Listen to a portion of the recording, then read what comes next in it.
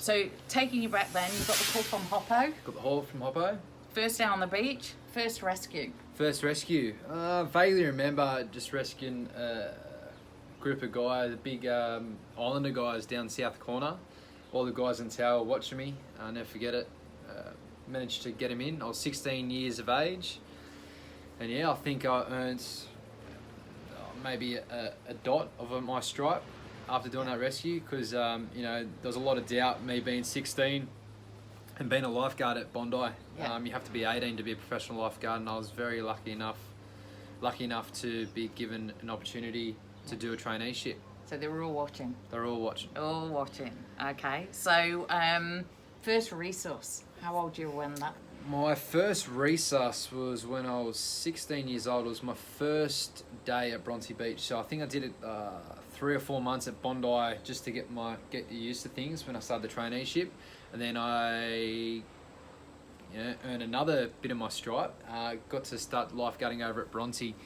And it was actually my first day at Bronte, and unfortunately someone jumped or fell off a cliff. And yeah, that was my first resus. And I was the ripe age of 16. And yeah, worked on him for about half an hour. We managed to get a pulse back, but unfortunately died 6 days later. Wow. Wow.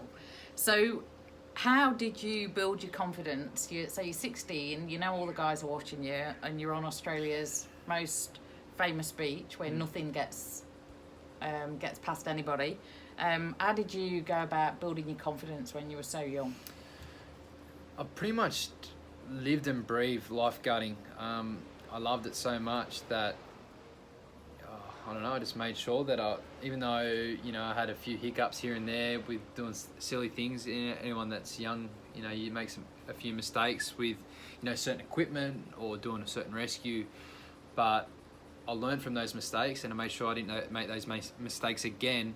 And by focusing on being better as a person and a lifeguard and having to mature quicker than the average 16, 17-year-old, I just made sure that I didn't want to let anyone down, and I just wanted to just go for it. I think that's really important that, in this world where everybody's supposedly everything's so perfect, that it is okay to make mistakes. It is okay to make mistakes. We're all human, and that is how you learn. Yep. And you learn quicker and faster by making mistakes if you... Definitely. And it's definitely character building, so I think it's good that you said that. Favourite part about being a lifeguard? Favourite part about being a lifeguard is that adrenaline rush where it could be the quietest day, nothing doing, you could be drinking coffee, watching the water, then all of a sudden the radio or the phone rings or you spot someone, and it's like literally from 0 to 100. You have to act on that, and you need to make quick decisions, and literally you have seconds to react. You have to react quicker than seconds, and you have to get there within a couple of seconds. So it's very I'm attracted to that, and especially as a lifeguard and a firefighter, I'm attracted to the adrenaline rush in a The unexpected. The unexpected. I just like being put under the pump, and it's good to be able to be unprepared sometimes. It just makes you throw you in the deep end, and life's unpredictable, and a lot of people think it's all roses, but when things hit the fan, it's on. Cool. You said about the incident when you were first there at 16, and what that leads to one of my next questions. How do you handle the mental side of such a demanding job? I think on those tough days, because it's mentally tough. Oh, as it well is as definitely physically. mentally tough. That was the first time I've ever seen someone potentially dead. I think I hit a crossroad that day where I could have gone, this isn't the job for me, or this is the job for me. By dealing with that, knowing that my school friends were still at school that day, and the average 16-year-old wouldn't be put in those circumstances. I hit a bit of a crossroad. I was like, well, either pull the pin and it's not for me, or it is for me, and it actually gave me a bit of hunger to be able to